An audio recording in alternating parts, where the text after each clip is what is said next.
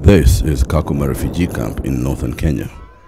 Initially set up in 1992 to handle young Sudanese fleeing civil war in southern Sudan, it later swelled in size after more refugees arrived from Somalia and Ethiopia, seeking their relative safety in Kenya.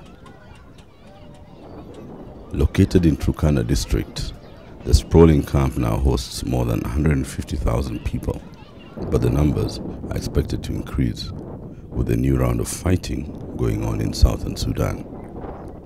Unfortunately, most of the refugees are children in dire need of education.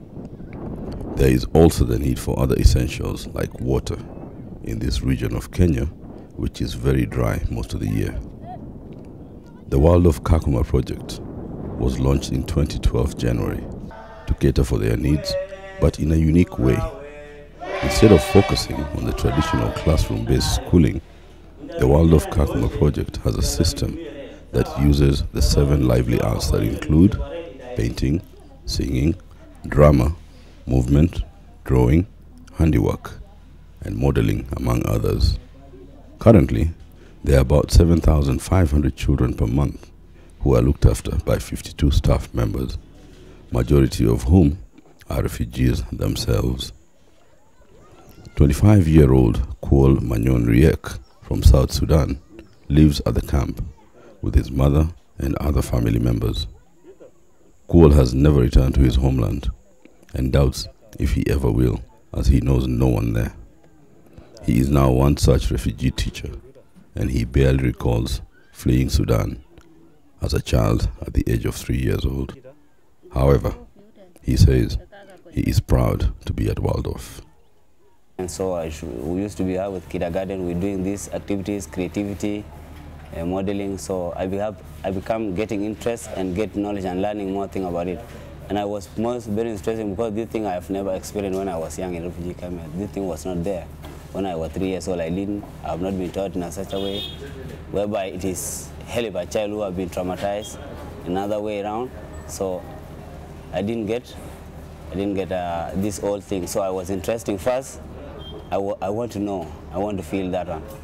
And after that I feel it and I see it is my opportunity now. Even if I didn't get that opportunity to be learning through this, it is my opportunity now to be the one helping my fellow refugee.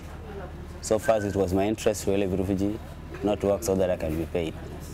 It is to help them, and in future they can be remembering me. Although the Waldorf Kakuma Project is a pioneer of this type of teaching, the challenges are immense.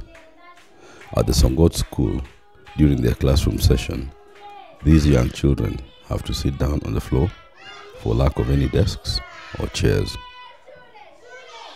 However, this does not seem to dim their enthusiasm to learn.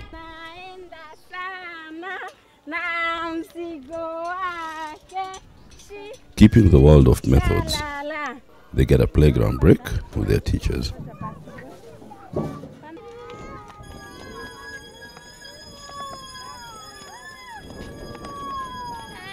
With the tough conditions in the camp, some of these children have not had any morning meal, and others might not even get lunch. So after their break, they are given porridge, which they will also consume as they sit on the floor. For other practical activities, the children learn under trees in a place where the climate is hot and dusty. Teachers mix water and mud to use as painting material for the children and show them how to paint using their fingers.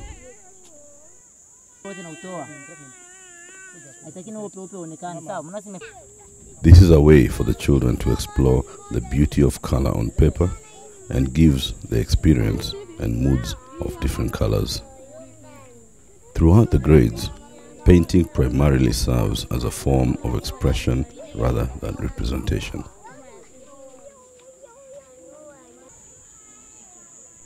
Nearby, under a different tree, teachers use another natural material, clay, and show the children how to make models of animals.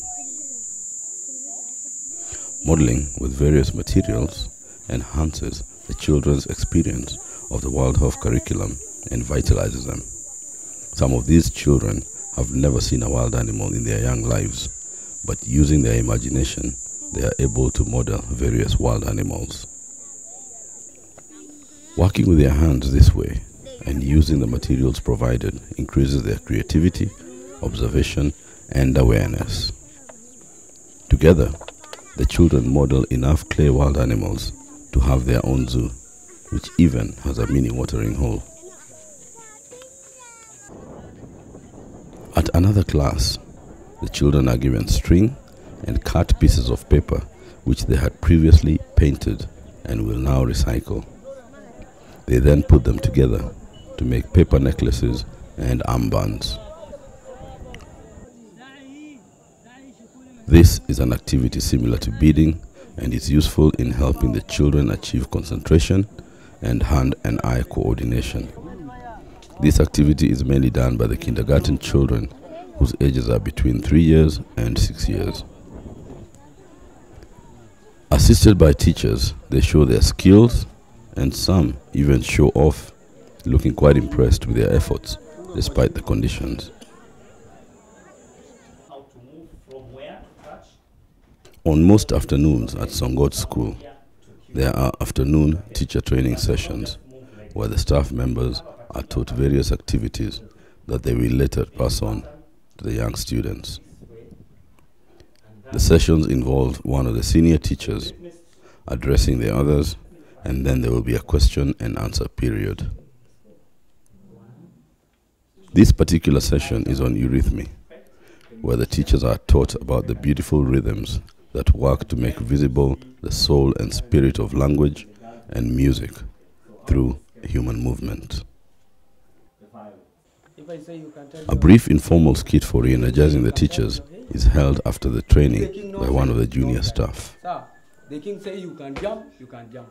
If I'm not at the word king, don't jump. So, the king say touch your heel. The king say jump. The king say jump. You can still jumping. The king say stop. The king say move. Move. The king say move. You can move. And the king say move. Move. The king say move. The king say stop. Jump. Also, open-air sessions with practical activities are taught to the teachers. But despite all this, the teachers will still need more training support, housing, and accommodation.